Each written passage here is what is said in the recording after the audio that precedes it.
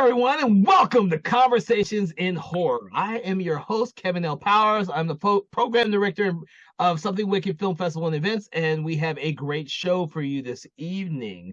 What's going to happen is we are actually doing an episode on one of my favorite films of all time, but I have a lot of great people here who are going to join me, and this is probably the most number of people we've ever had on the show to talk about John Carpenter's Big Trouble in Little China. Now, I know some of you are saying, what is that horror film? Why are we talking about this? But you are here to listen to why we are including this film in our podcast. And to join me on this adventure, I have three great filmmakers and horror film enthusiasts. Stephen Sherwood, who does his own film festival called Southern Shorts Awards, and he's also the head of a screenwriting group in Georgia. And then we have Thomas Tinnerello, who has been here before. He's one of our biggest fans of horror, and he's also a member of the screenwriting group. And then there is Dave Watkins, who is an independent filmmaker and yet another horror film enthusiast. And I am so glad to have these guys here so we can talk about Big Trouble in Little China. Gentlemen, just say a little, something to the audience out here so they know that you are actually here. Evening. Or morning. It's going to be the morning. It's evening right now, but it might be morning tomorrow. I mean, when your wife's listening to this, whenever. All right. So thank you, everyone, for joining us on this great day for this recording. And first of all, because I love to get everyone's opinions and first impressions of movies, what was your first impression of this movie? And we're going to start off with Sherwood for this because Sherwood hasn't been on the show as much as the other two. Sherwood, tell us a little bit about. I can't really remember the first time I saw it, but I was really pleased with it because, typically the first Carpenter movie I ever saw was Halloween. I actually saw it on Halloween, the night it was supposed to be happening in Indianapolis, and you never saw a more freaked out group of people coming out of the theater. That was the day I was born too. The day you saw Halloween for the first time. Yeah. Okay. I thought if you jumped up behind a car and screamed, they would probably all run for the hills. But it was that's what I was expecting. So Big Trouble in Little China was a hoot. It was a fun, almost parody movie. But I also had a big crush on Kim Cattrall, who was like a 12 and one. So. Yeah. Wow. Yeah, she's great. She's great in that too. She's great. All right. What about you, Dave? Yeah, same thing. I don't remember exactly the first time I saw it. Which I don't know. I mean, I do remember that I have always enjoyed it. It was, I think just like the fast pacedness to it and really the unexpected comedy that's in the movie, just what really draws me to it. Also the the set pieces, and mostly Kurt Russell's hilarious, and Kim Cattrall, and really even like Dennis Dunn does a great job playing the person who's supposed to be the sidekick, but it's really the hero, and that's really the biggest joke in the movie. All right, and what about you, Thomas? Well,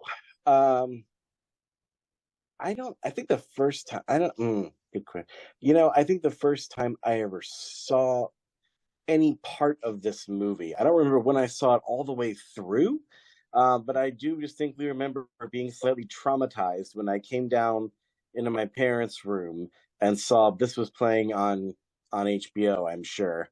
And the first thing I saw was the ending. Oh. Just that last bit. That jump scare at the end, and it freaked me the heck out. And then I also the part in the truck, see the guy, the wild man in the truck, yeah. Oh, we will debate about what that freaking thing is because I have theories. But yeah, it freaked the crap out of me, and I also really loved the music at the end, which I didn't find out till way later is actually John Carpenter himself singing on the soundtrack. Yeah. Him and his fake band, the Coupe de Villes.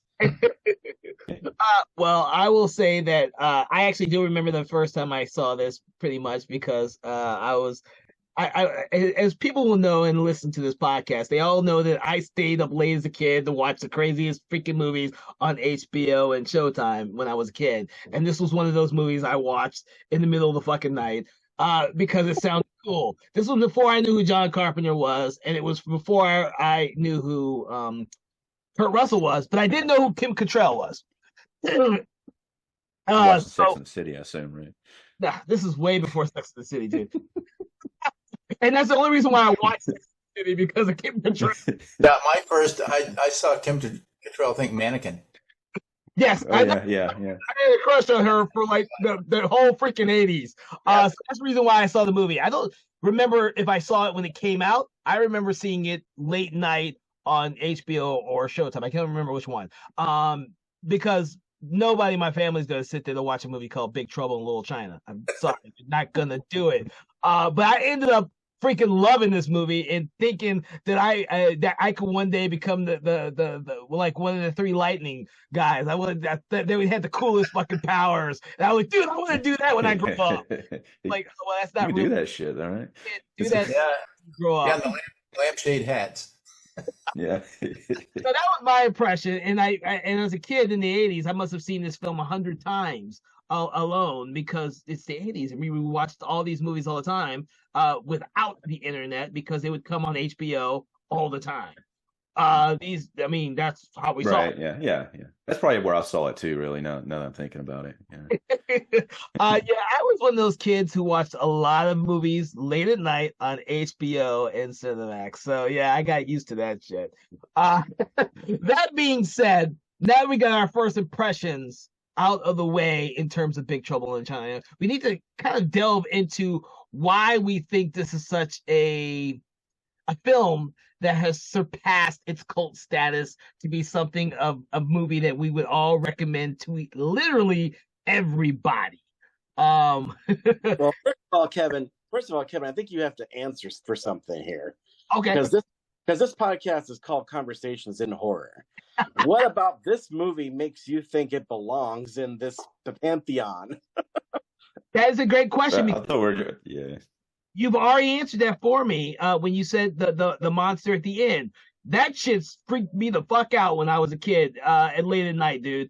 I was like, what the heck? I'll admit I was a little scared, and that was one of the impressions of it. But the thing that I bring back to it is that it was directed by John Carpenter. So growing up, I didn't know who the hell John Carpenter was. I didn't know who he really was until probably the 90s, somewhere around there. And then I went back and started rewatching the films, knowing who John Carpenter was, mostly because of the music. I became a huge fan of John Carpenter's music and started watching his films again. That being said, John Carpenter did sci-fi, and to me, he did sci-fi and horror. So every one of his films kind of fits within there.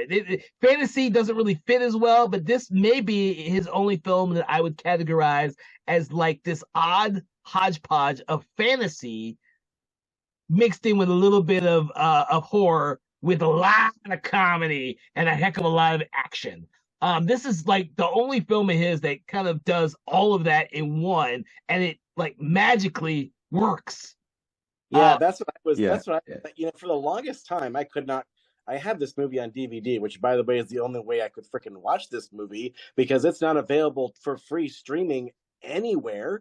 I do not know why. Because what's going on with the movie is Disney owns it right now, and they're not producing. Yeah, there's not. There's actually there is a 4K remaster of it already completed. But they're not doing physical media anymore. But it sounds like Sony's going to start doing their physical media. They are. They've got another company. Disney just did a deal with another company to put out physical media for that. For their So that would be one of it. It sucks that it's like, because they bought out Fox produced this initially. Mm-hmm. Yeah. So now so it's just it's kind of in limbo right now. Yeah, I'm wondering if this is the reason I wonder why it was in horror. Is this the only John Carpenter film with no blood? There was no blood. No, I think Starman has. Oh, that's true. I forgot about it. No, wait a minute. Starman, and I'm pretty sure Dark And I'm pretty sure Dark Star doesn't have any blood in it. That's true. I forgot he did Dark Star. It's another one of my favorites.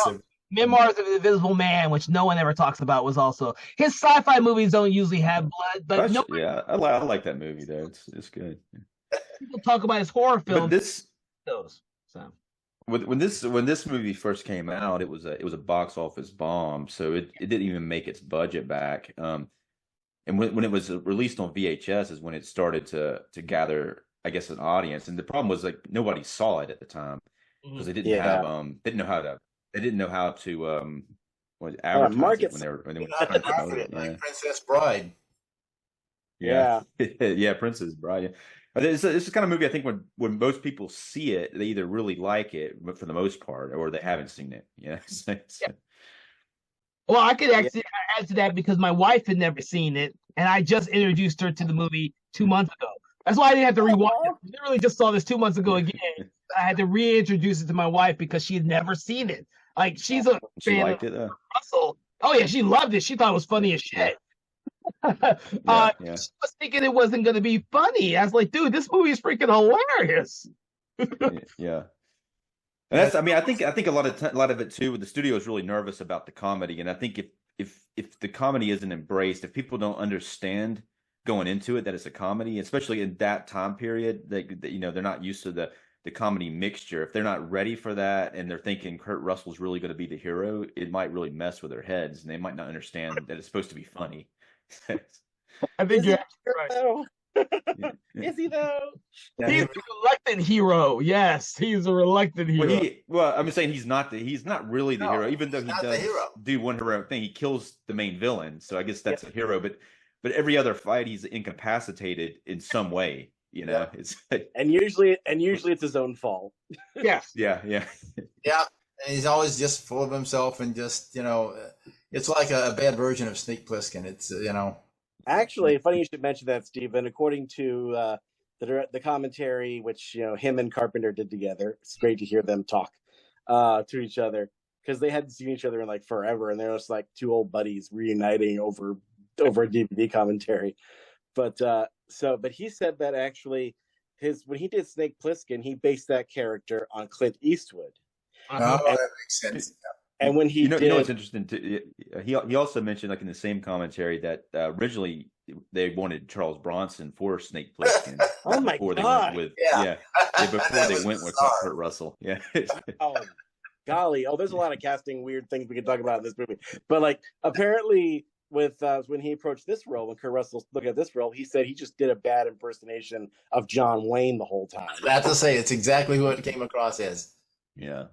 So if you think about it, that's kind of the perfect way to sort of lampoon that hero by making him such a buffoon and a blowhard, and almost I would say kind of reminiscent of Bruce Campbell's Ash in the Evil Dead franchise. Yeah.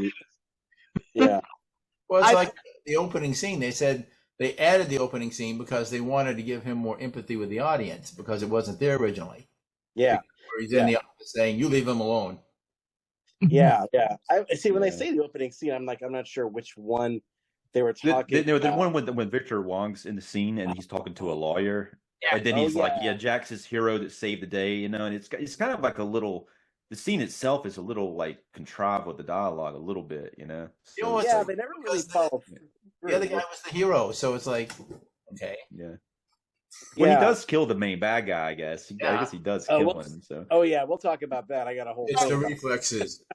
But that normally in typical screenwriting and story fashion, the fish out of water, he is the one who doesn't belong there. Therefore, he is the one the audience is seeing the world through his eyes. He doesn't understand everything that's going on. He has to be explained it. That's why he's the hero. He's, what's his face?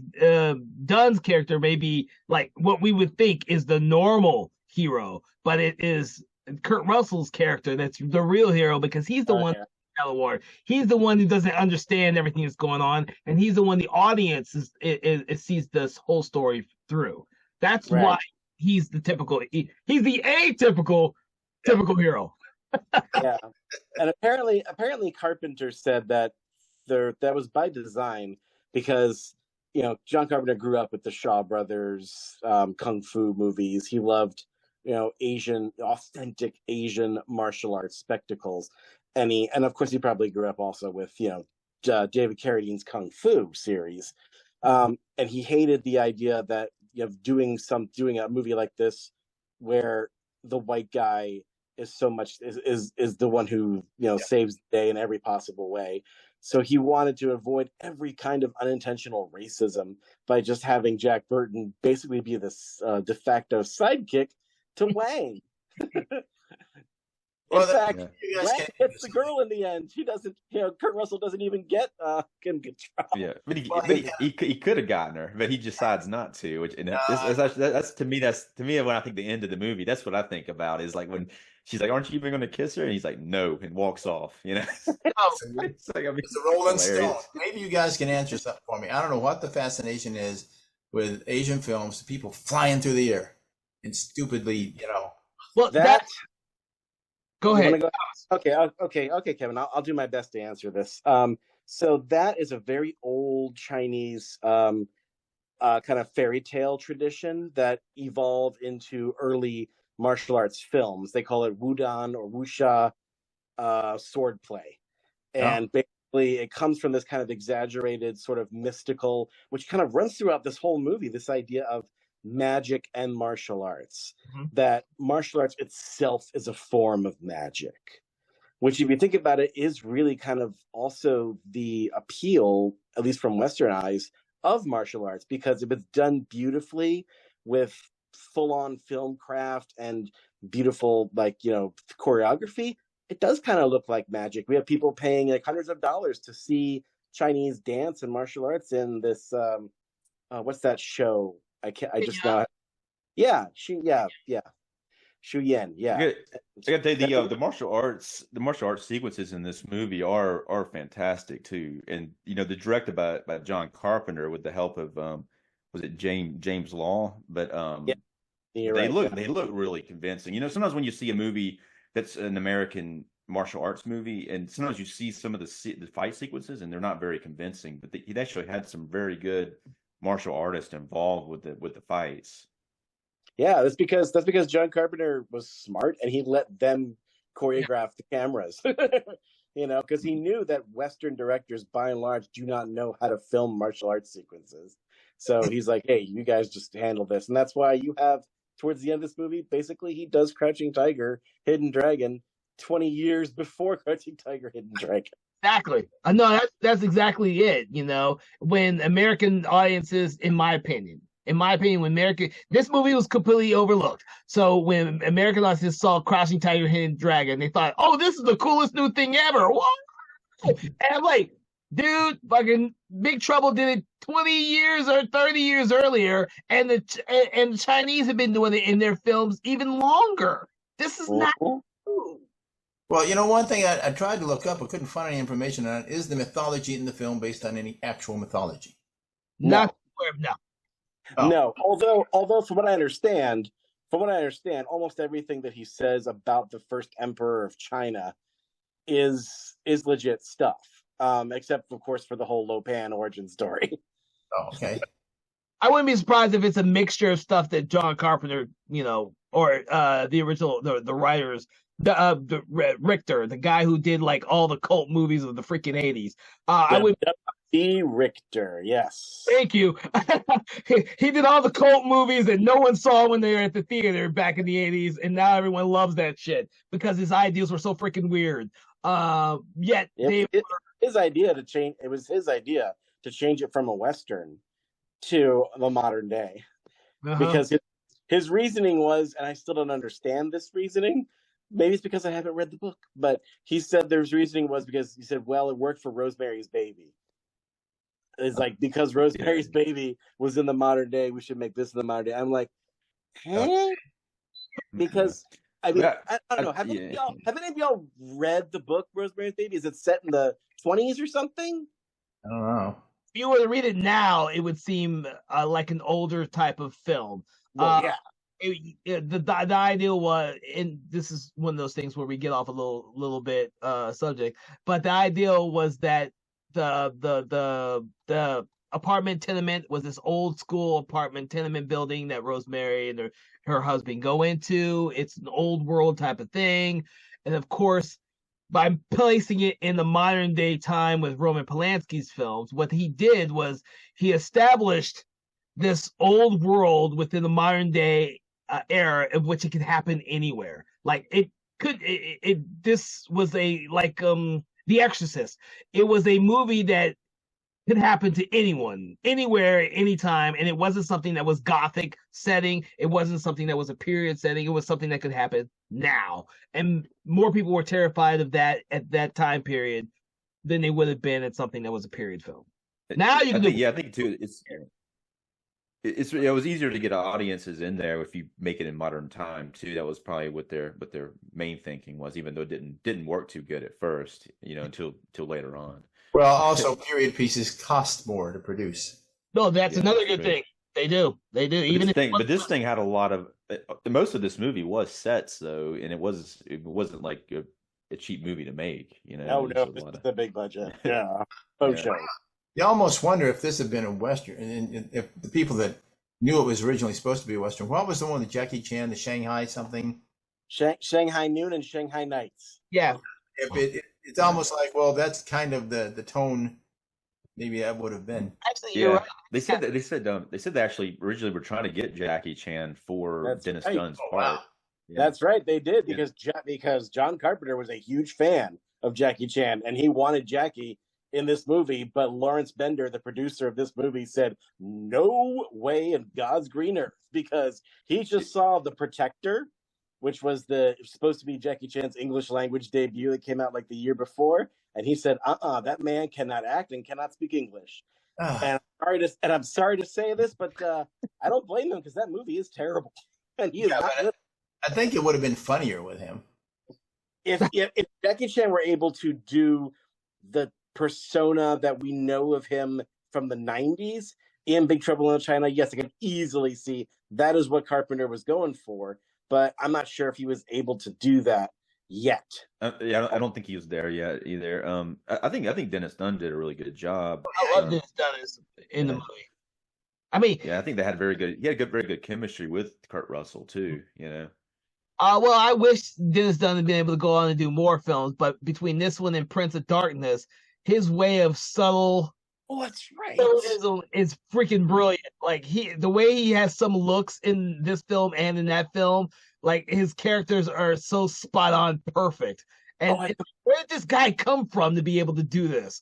I don't know, but apparently he had done a lot of Chinese theater, and he was well versed in martial arts professionally anyway. But man, you blew my mind just now, because you're right. He is in Prince of Darkness, and I remember him in Prince of Darkness because he's involved in one of the most scariest scenes in Prince of Darkness, and I'm like, wow, that was him. Oh, why didn't I remember that?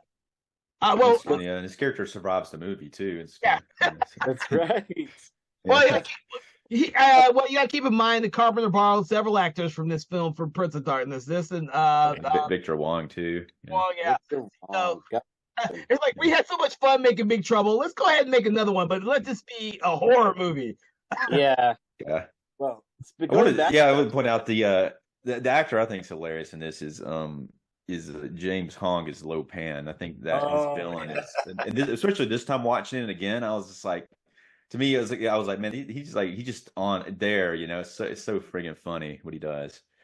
You can tell he was really into it, He's an amazing actor. I don't think people give him enough credit. He was like a character actor who has been in virtually everything, and he does not get the credit. Kevin, that is an understatement, because that man has just turned 94.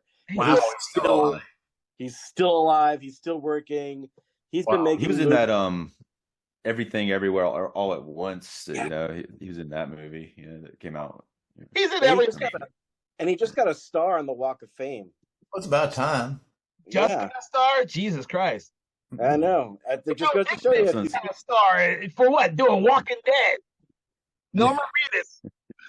I'm like, come on. He's in the star he's in the Boondock Saints, man. I'm sure that's what the Walk of Stars for. Was there ever supposed to be a sequel or a follow-up from this movie?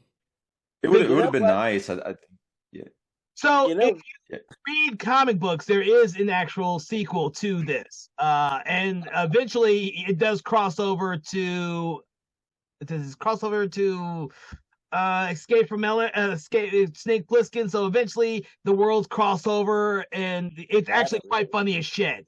Because you have Jack Burton and Lopan having to work together. They bring Lopan back in it. They bring Lopan back in it because he's in hell. So he gets out of hell and they have to work together. It's freaking hilarious. Oh, yeah. The same humor. It's too bad it never happened. Yeah. The thing is, this movie has become a huge cult film, and so therefore, at some point within the last 5 to 10 years, at the most, the renewed interest has brought this back, which is why The Rock wanted to do a freaking remake, and the reason why there was the comic books. The comic books lasted for a long time, and it was a direct sequel to the movie. It just kept going. Until they did crossovers. And also, like, I don't know what it is, but like I've been seeing stuff on my socials about it every now and then. Like I just saw a video, maybe it was on Twitter, but no, I think it was on Facebook.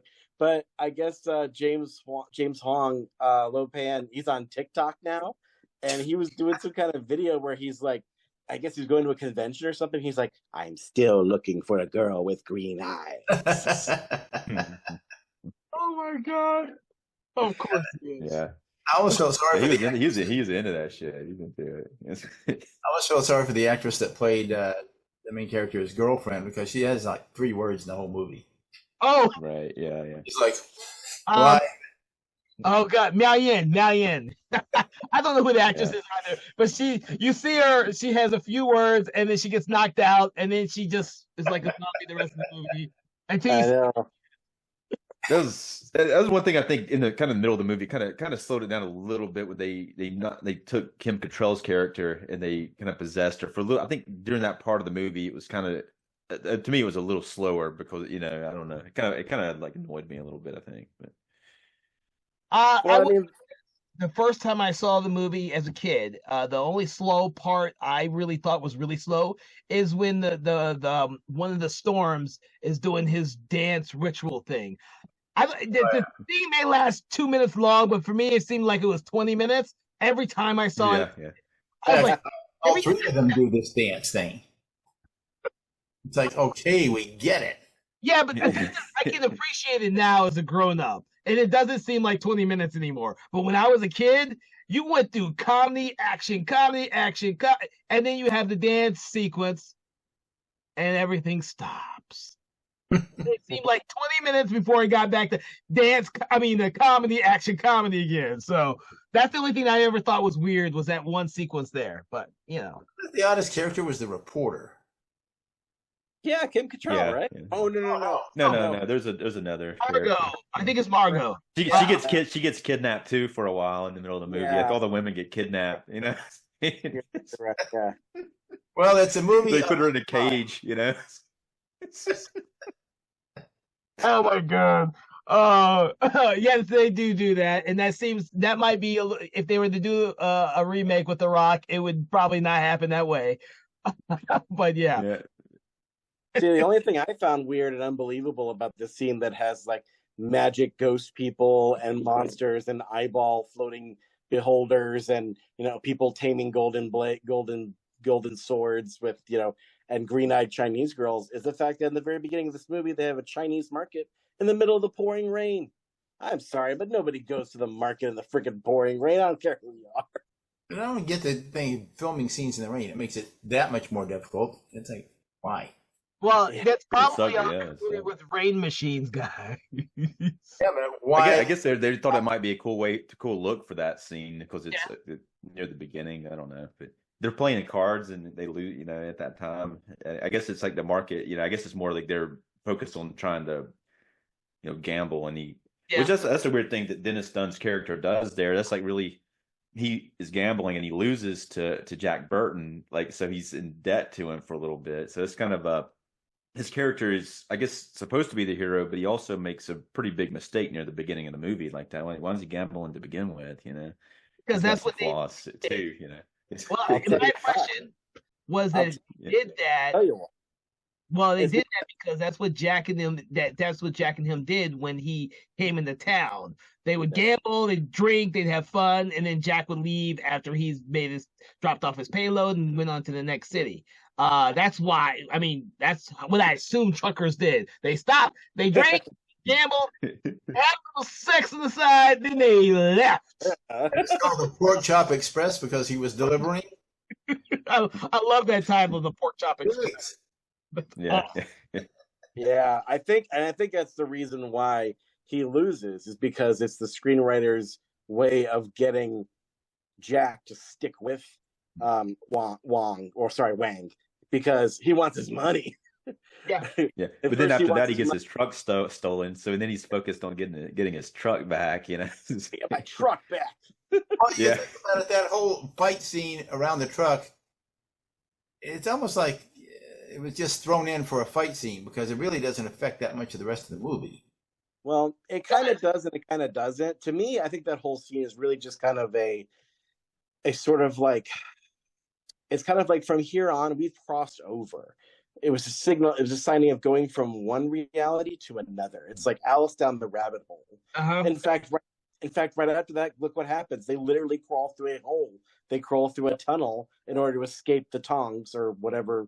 That there's several different gangs in this. And Tongs and the Wing Chang. the Wing Chang, it's really hard to keep them straight. Yeah. But, that seems that definitely, to me, it's one that kind of, I guess, really drew me into the movie. I think the first time I saw it, because it's so, especially when the guys come out with the lightning and doing all that stuff. It's like, what is going on here? You know. But that's the thing is, these characters are introduced. They're introduced in that scene. These two gangs that are fighting each other over territory and other stuff. But then one of them is the one that kidnaps the girl with green eyes and who is selling her to whoever the highest bidder is. Whereas the other gang is supposed to be the good gang who helped them at the very end of the film.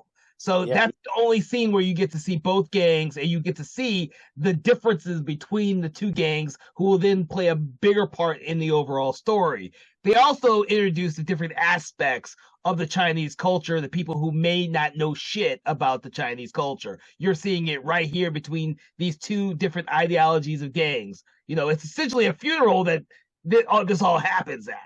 And they have this rivalry. And like Jack Burton is stuck in between worlds when he enters this whole thing. And I didn't even catch the thing with you did with the whole thing about, you know, them going down a rabbit hole. That's actually brilliant. He is literally going down the rabbit hole into a world that he has no idea what he's getting into until it's too late. Yeah, and it's also a movie of binaries too, like you're mentioning, because this movie is North and South, heaven and earth, Chinese and American, good and evil. There's even two girls with green eyes. And of course, Jack and Wang. It's like, it's all about twos. This movie's obsessed with the number two. I'm following up on that there was some discussion because there's the black gang, the gang wearing black and gang wearing white. And they said that came about because the Americans need to be told it's the white guys, the guys in the white that are good. But then some of the other guys were mixed and you didn't know who was on which side in some of the shots. I think that's kind of the hilarious about it, because it didn't really matter who was good and who was bad at that point. They just wanted to survive. Yeah, because really, I mean, if there are two gangs, they're probably both bad in real life, you know. That's shit.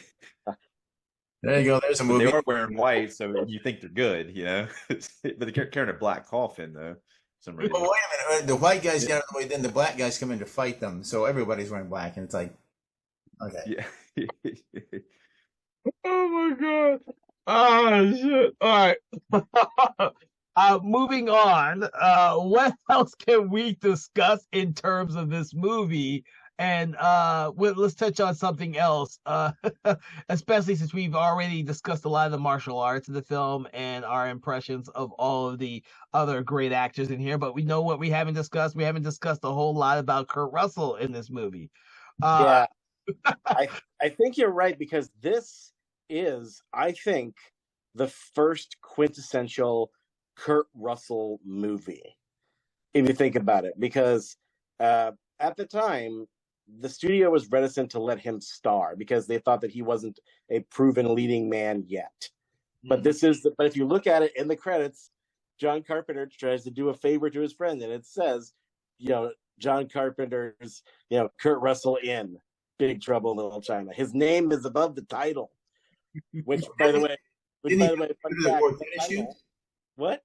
Did he do the computer who wore tennis shoes? Yeah, those are all Disney movies that people didn't take serious back then. He crap ton of Disney movies. Remember? Yeah.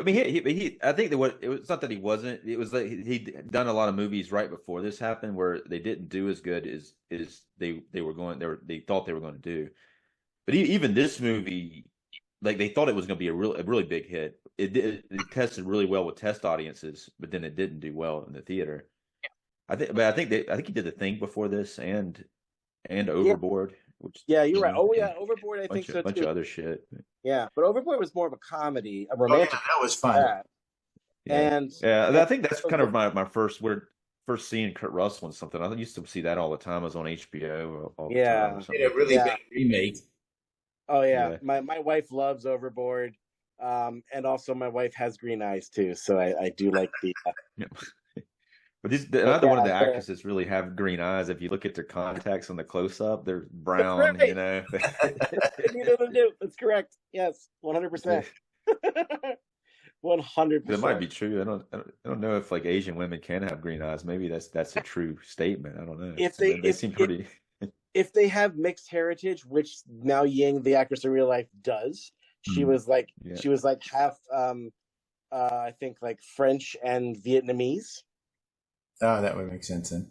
And she didn't do very many movies after this. She retired from acting in I think 1992. The only other big thing she did, and actually she is American. She was born in Toledo, Ohio. Her real name is Susie Pye. The only P-A-I, not Pye. Yeah. So the only other big thing she did was Sharky's Machine with Burt Reynolds. Oh wow! Still never seen it. She had more lines at least. Probably. Oh, But Kurt Russell, I think, carries huge chunks of this movie with that drawl, that swagger, and that T-shirt. Let's not forget the iconic wife beater T-shirt that he wears as soon as he gets wet and has to change clothes after the big fight scene. And which I believe is like a samurai Japanese-looking outfit, decal on it, and a wife beater, which has become kind of a part of the cult iconography of this movie, so much to the point where there was an episode of Scrubs, I think, where Zach Braff wears that T-shirt and dresses as Jack Burton for I think a Halloween episode of Scrubs. I remember one of the funny scenes was almost like a Three Stooges scene where they're changing weapons. It's like, no. Yeah. Speaking of that, another hilarious scene is like when they're about to go into the final fight, and suddenly Victor Wine's character decides to mix them up these like drinks that they all drink, and then they're in the elevator, and they're like, "Yeah, I'm feeling good. I feel like I'm invincible." Feeling pretty invincible. Yeah. And then the stone hits him on the head and knocks him out for the fight scene. He shoots the gun first thing, and he gets knocked out. Yeah, that's what I was going for. That was hilarious.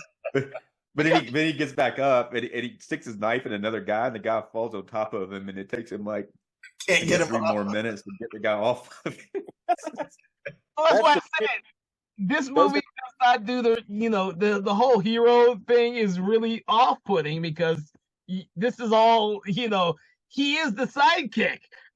Yeah, totally. He totally is. And he has like 2 things that work most of the time. Is number 1, he has boot knife. Number 2 is that little dinky machine gun that at first he can't figure out how to fire, because he's got the bad guys are coming after him, and he's like, yeah, and then the Wang was like, safety jack. Oh yeah, right.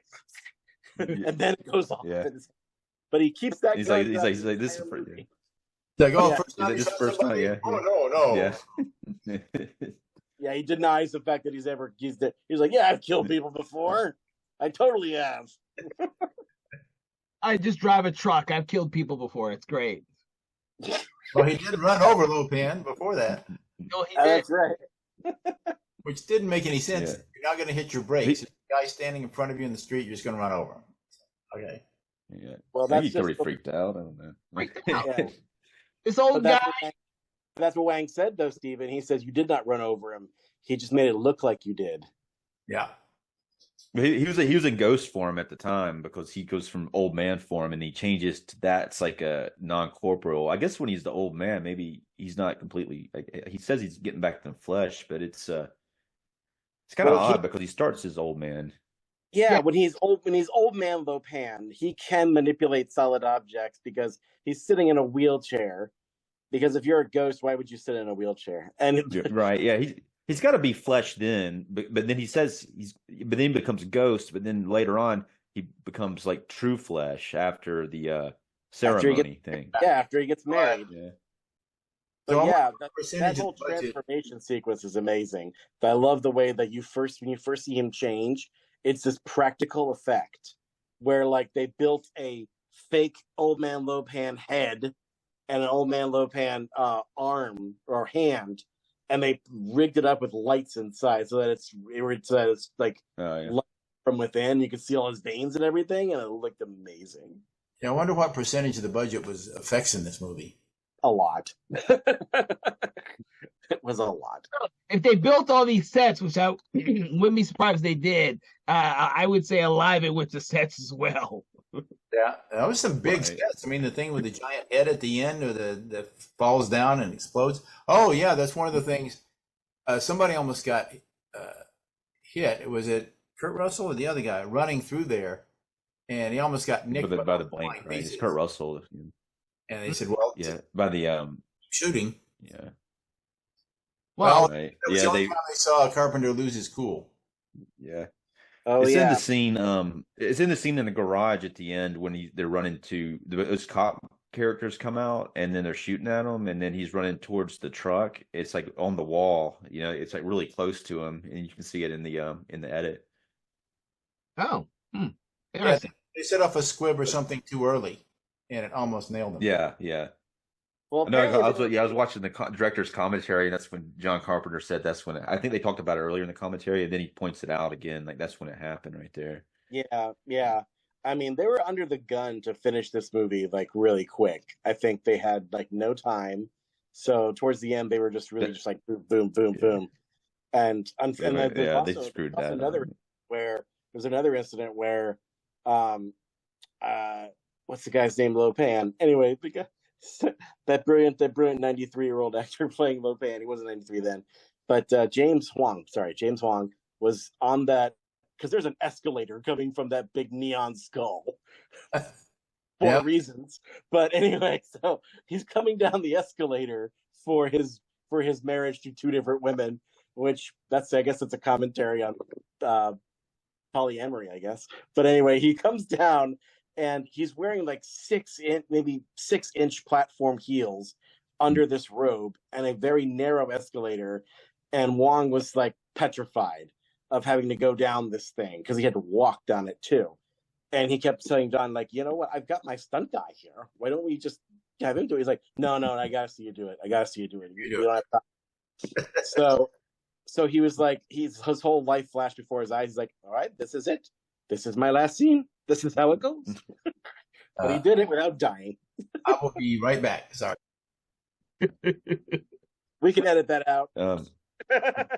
Oh my God, that's crazy.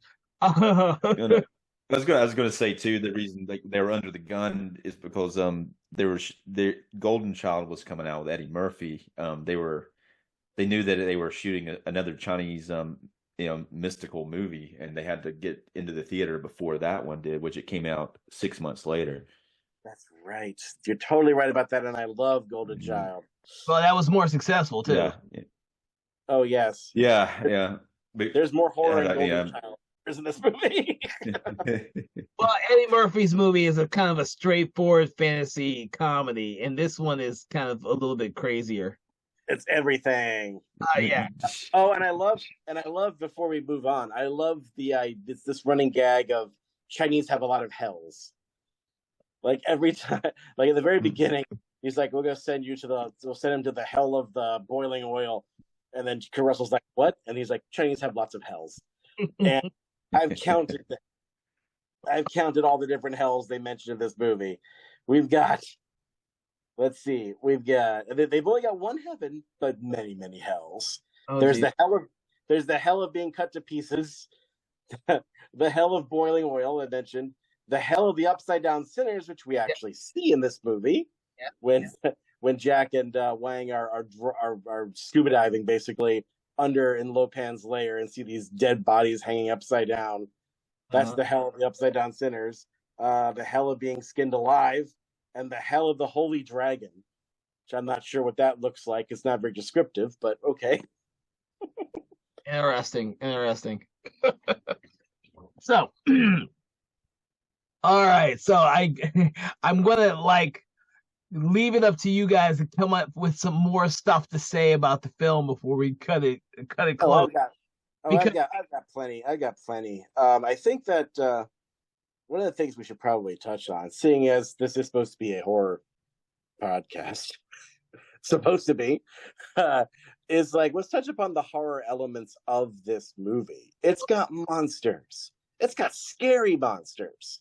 The first one of which we see after, so Kurt Russell and Jack Burton and his cadre. Do you think everything's okay in the middle of the movie? They get everybody out. They get the girls out. They get his girl out, but they also get a bunch of girls who are probably going to be sold into sex trafficking, maybe, out of there. But poor Kim Cattrall just has to be curious and sees a super hidden and sees a panel open up from a Chinese statue. She's like, "What is that?" And if you look at her eyeline, there's no way she didn't see that monster's face. She's just looking at it like, huh? And then it reaches out its huge red arm and grabs her. And the next scene, we see it. And I'm not sure how to describe this thing, which is never explained. Yeah, they never explain it. Yeah, sorry I had to leave. Old guy's got to pee. So Okay. Thank you, Stephen. I'm sure everybody in America wanted to know about your bowel movement. Of course. Yeah, they never explain the creature, and he's kind of a man dog something. He's just weird. Yeah, I thought when I first saw it, I mean, I didn't know, it made my brain shock. I couldn't know what it was. But later on, when I saw it again, I thought to myself, okay, this is supposed to be China in America. Like the old man says, China is here. We brought it with us, So I thought, okay, it's a Yeti. It has to be a Yeti because Yetis in Tibet, China. But then as I watched it again recently, and the creature grabs Kim Cattrall and then takes her down 3 levels, you clearly see its feet. Those are not Bigfoot feet at all. It barely has 4 toes. So if anything, maybe it could classify as like the 3-toed Bigfoot that you get in Texas, maybe. But no, you cannot say this thing is a Sasquatch. No way. So, with the special effects guy I said the feet were supposed to operate like a werewolf foot, but the stunt performer in the costume would never do it right because the toes are just all over the place when you see him jumping, and so he was supposed to be more like a werewolf looking the way he walked, but so yeah, I get that, but like. To me, he looks. So to give people an idea, if you're not Googling this image right now while you're listening to this podcast or you're driving, don't do that, obviously.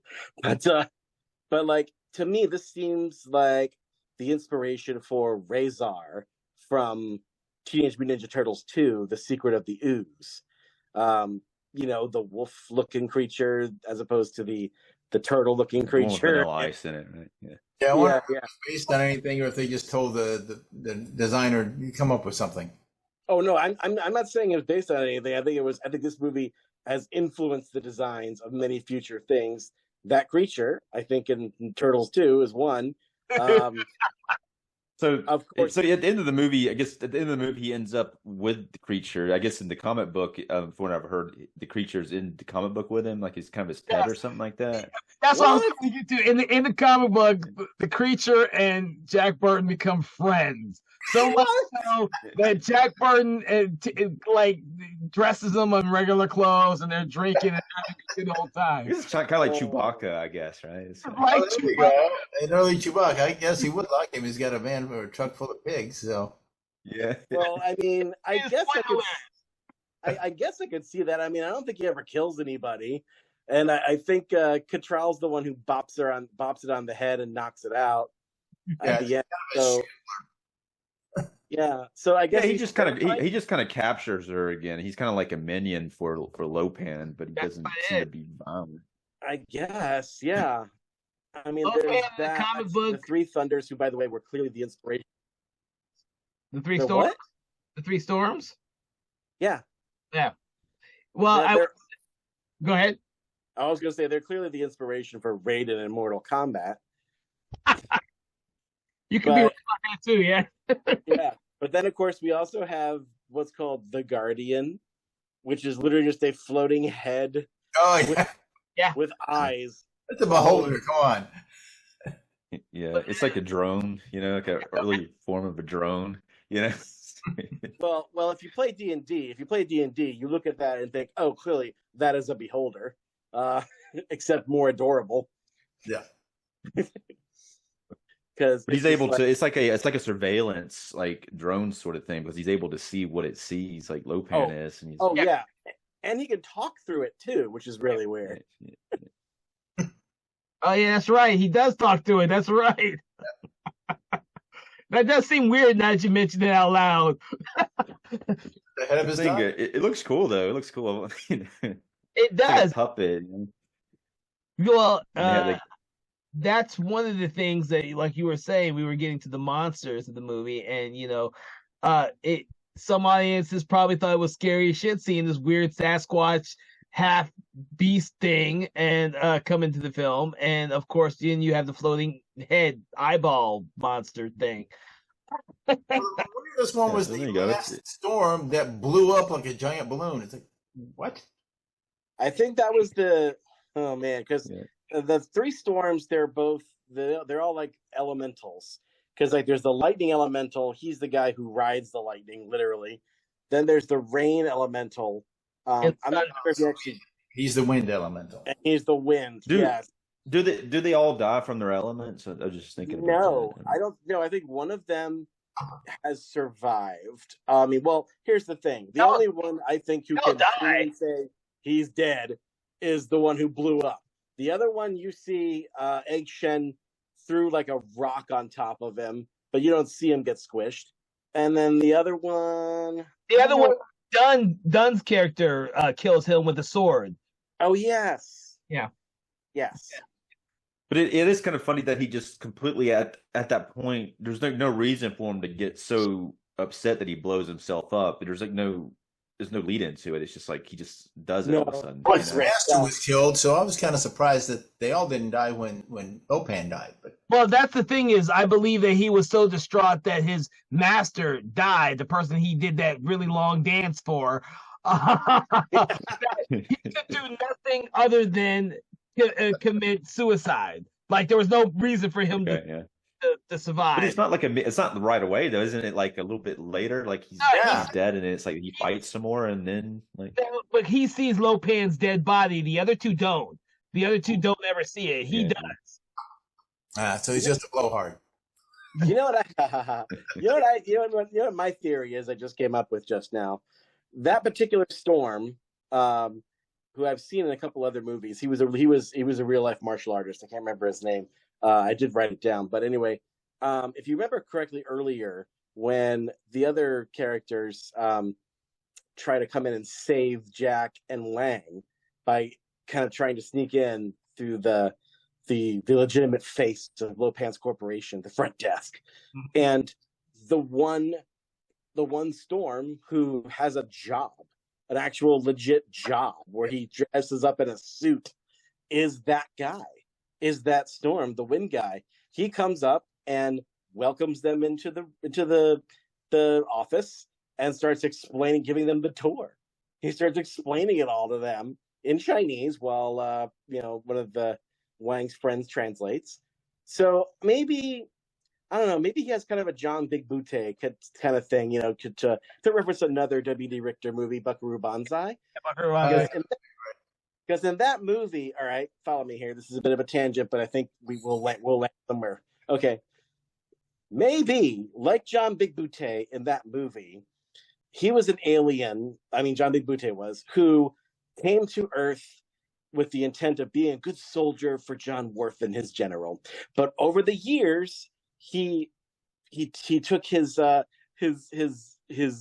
cover role as CEO for this dummy corporation to fund their invasion really seriously, and he got really into it. So that by the time Buckaroo Banzai comes in and it's ready to do it, he didn't want to stop being CEO. He liked being human.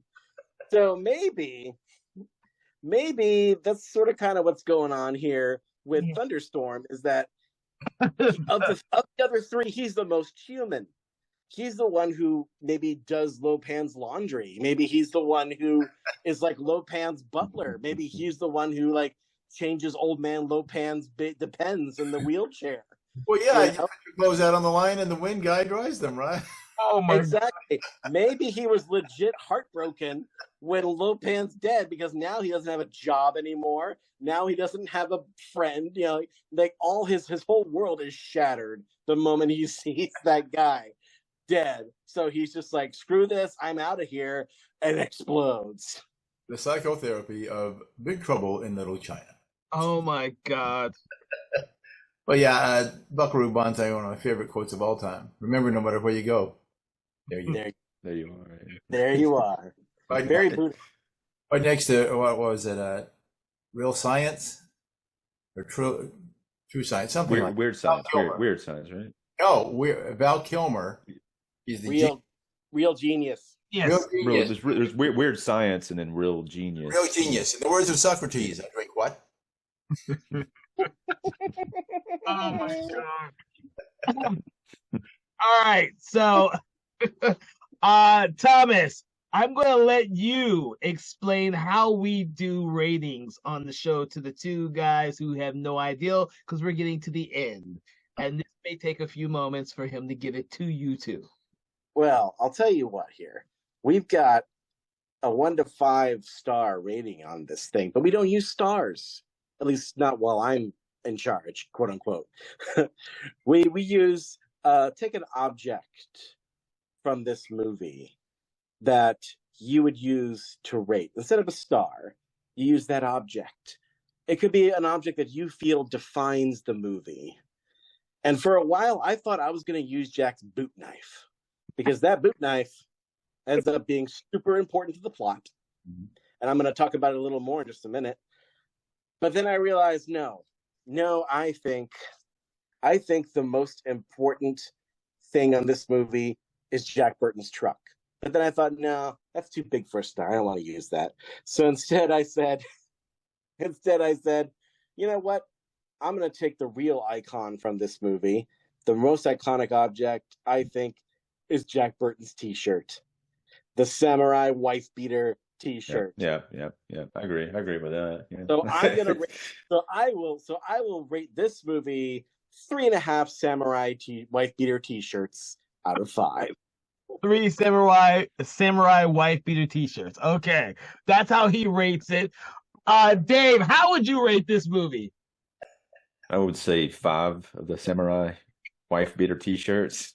You know, Dave, you don't have to pick my object. You can pick your own. Oh yeah. No, I'm good with that. I like that. You know, one Halloween, I actually dressed up as Jack Burton myself for like a costume. It was an 80s costume party, and I made the shirt and put on like a mullet wig. You know. Did anybody get it? Some people actually knew. Yeah. Some people did. I think a few people did. Once somebody figured it out, they knew. You know. But then it was like somebody's okay, Jack Burton. That's who you are. You know. But. All right, Sherwood, how about you? I'll split the difference. I give it a solid 4 T-shirts. So, because I've probably seen this movie more times than I've seen John Carpenter's Halloween, and I've seen that a lot of times, I'm going to give it 5 of the samurai wife beater T-shirts. This is by far one of my favorite films, whether I like to say it's a great film or if it's just one of my favorite guilty pleasure films. I've seen it way more times than I probably should have. And like I said, I just introduced my wife to it because she told me she hadn't seen it. And I said, dude, you have to see this movie. This freaking movie is brilliant. And she kind of laughed at me because I was laughing the whole way through, and she didn't get it. She didn't get why I was laughing. She liked the movie. She didn't get why I was laughing so much. But I say, Yeah. if you grew up on this movie is one of the most fun, entertaining, and engaging films that you can completely repeat watch over and over again and never get bored of it.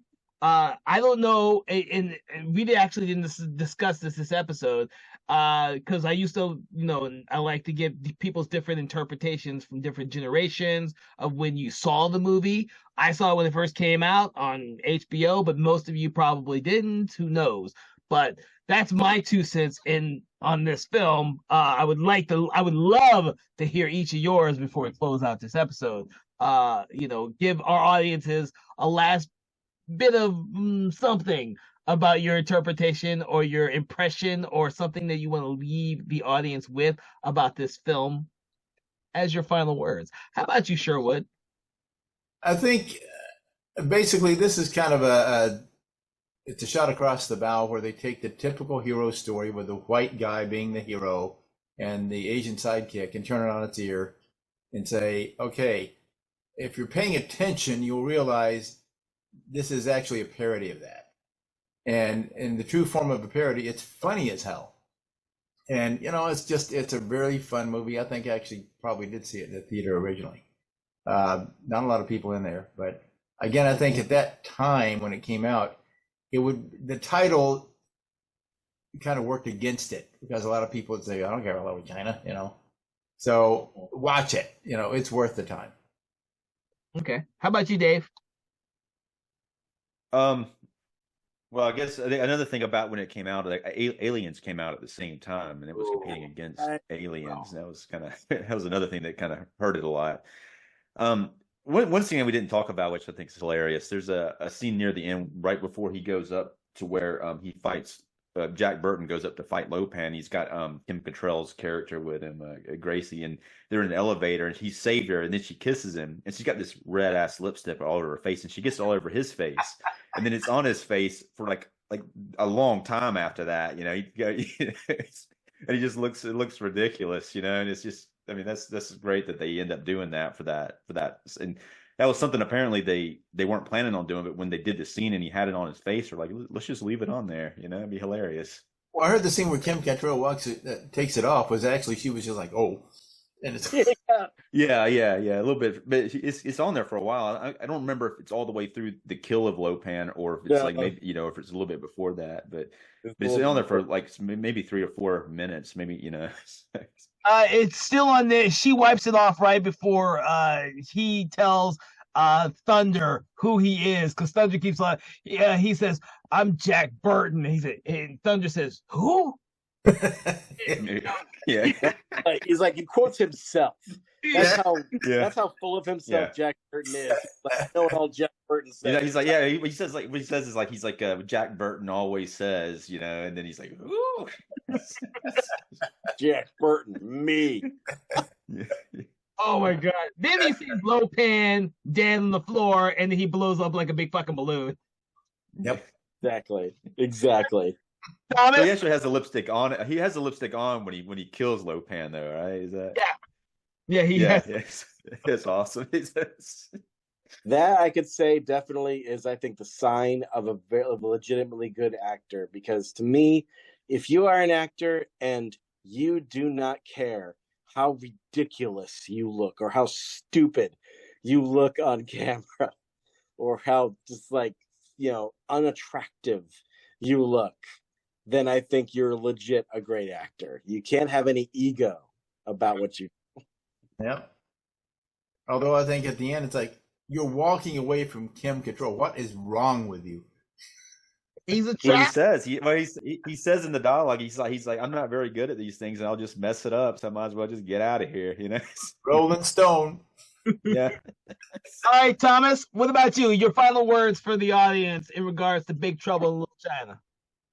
Well, I have several final words, not the least of which is the fact that watching this again, I realized that this is probably a period of John Carpenter's career where he was probably his most optimistic.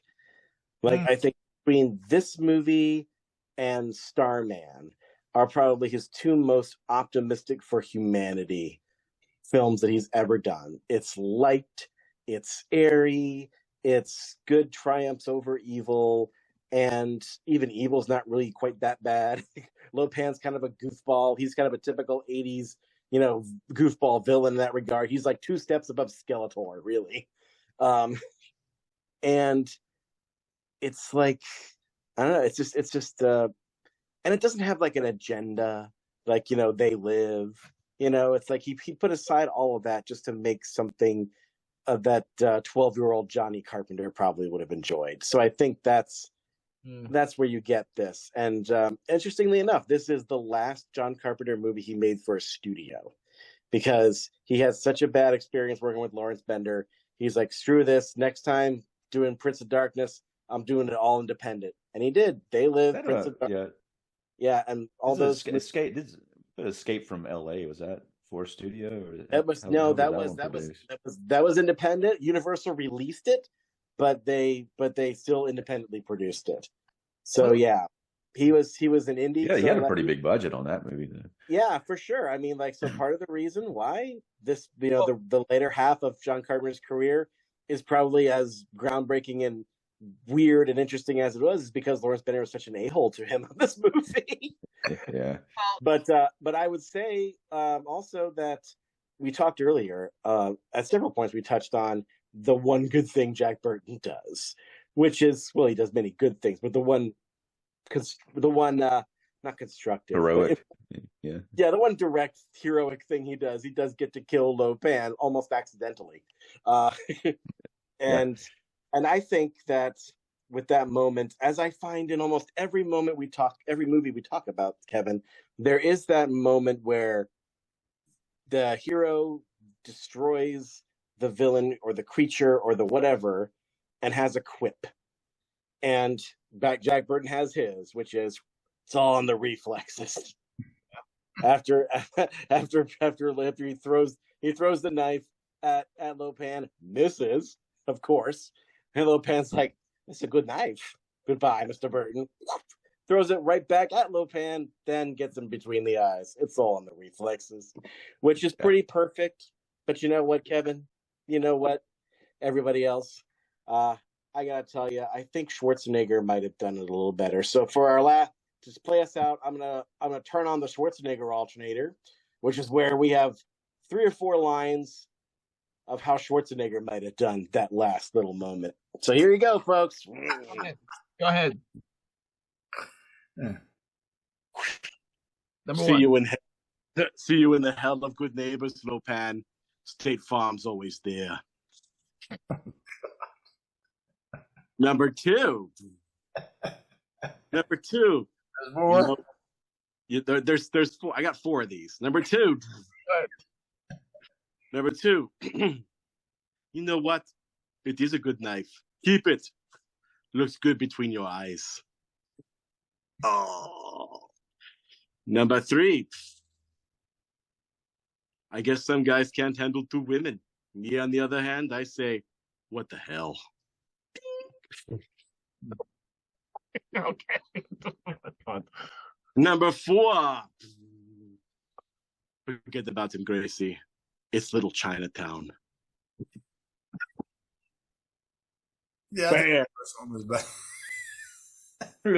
I guess one line I was thinking about but never mentioned that always caught me earlier on, when the first time he sees the guys in the airport or whatever they're at, and he pulls out some big like stick thing. He's like, "Where did you get that?" It's like he just like pulls it out. I don't know. Hey, it could happen in this day and age, but yeah, back then. Yeah. Well, he didn't put up any fight either. They just kind of knocked him down. He's like, "What?" Hey, Jack Burton doesn't look like he could fight anybody really, and he was taken off guard by these gang members with the stick or whatever the heck it was that they had. So, all right. By the way, one thing I thought was cool that I never ever noticed before is when he's killing off, when they kill the Storms one by one, except for that one guy, is like when Egg Shen throws the boulder or whatever it is on top of Lightning, All the little lightning bolts come up from the hole he went down, and one of those lightning bolts spells out a Chinese character. And I'm like, what does that mean? It's got to mean something. So I looked it up, and it was very hard to look up a Chinese character because you can't type those in, at least not with my cell phone. So apparently, according to Reddit, and IMDb confirms it, that Chinese character is the Chinese word for carpenter. Yeah. Cool. So of all of his films, Big Trouble in Little China is the only film that John Carpenter literally put his signature on in Chinese. Oh, that's kind of cool.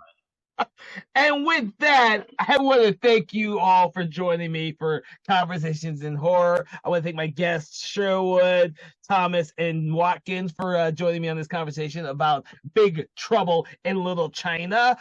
For the rest of you out there, I hope that you are enjoying what you are hearing and that you will seek out some of our previous episodes because we have lots of them, of lots of different horror films and everything in between. We also have a lot of great shows coming up for you in the future, so please remember to subscribe and to check us out on all social media platforms. And with that, I want to thank you all for joining us for this conversation in horror, and have a good day. A lot of fun. Thanks, guys. Conversations in Horror is a Broken Lighthouse Pictures production, produced by Kevin L. Powers, executive produced by Kelly A. Inoka, and originally filmed via Zoom technology. Conversations in Horror is hosted by Kevin L. Powers and co-hosted by various horror film lovers and filmmakers. To learn more about Mr. Powers, please make sure to check out his Patreon page and other social media platforms. Conversations in Horror is copyright 2024 Broken Lighthouse Pictures production.